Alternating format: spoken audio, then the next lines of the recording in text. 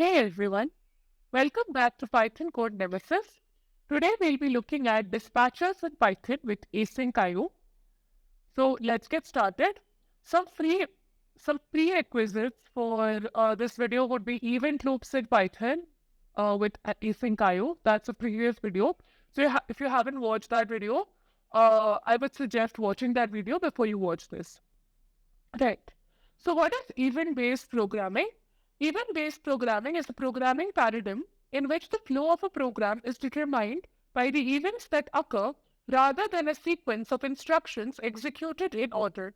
In event-based programming, the program responds to events in the system or environment rather than executing a predefined set of instructions. Various sources such as user input, system events, network activity, or timers can trigger events. When an event occurs, the program can handle it by executing one or more functions called callbacks or coroutines registered to handle that specific event. This allows the program to be more flexible and responsive as it can react to events as they occur rather than waiting for a specific sequence of actions to be completed.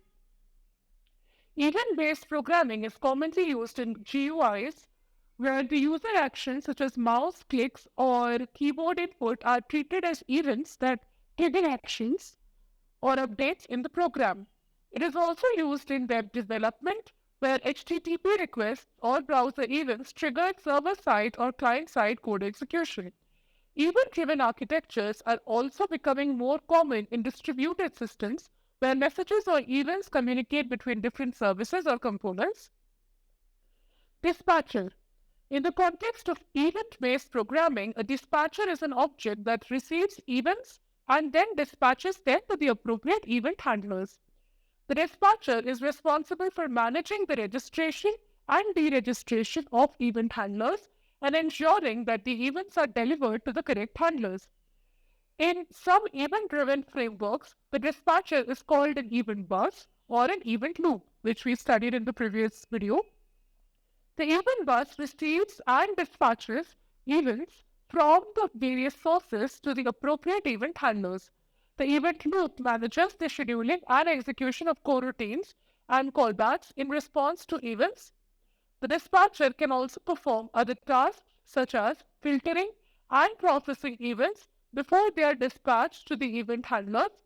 For example, a dispatcher might implement a publish-subscribe pattern where events are filtered and dispatched to only those event handlers that have subscribed to receive them. Let's go ahead and create a dispatcher in Python with Asyncio.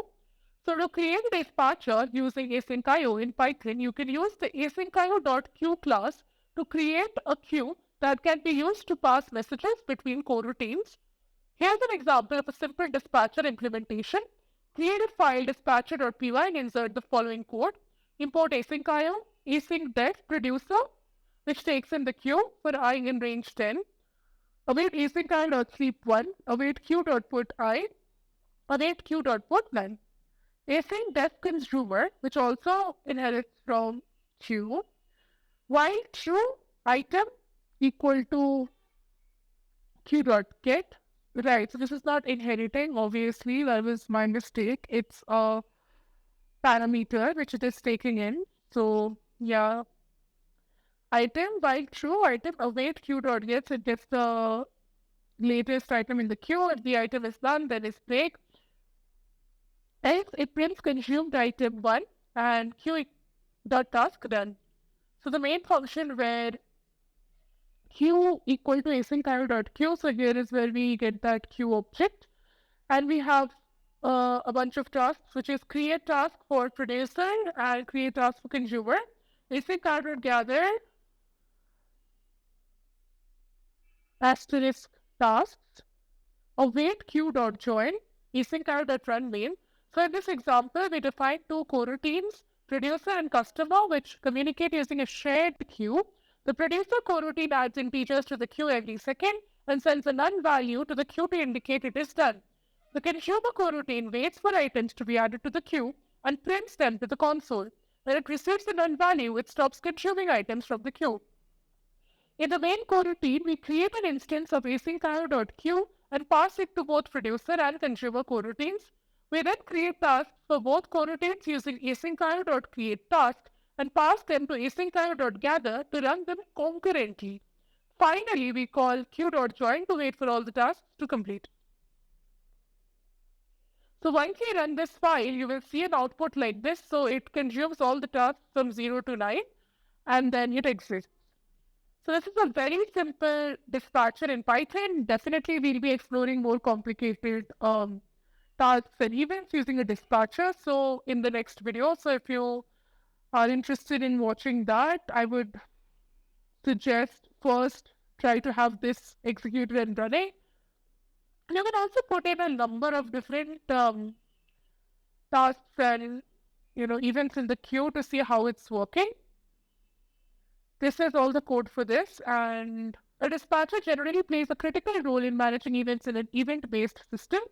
It ensures that events are processed efficiently and accurately, and that event handlers are correctly registered and unregistered as needed.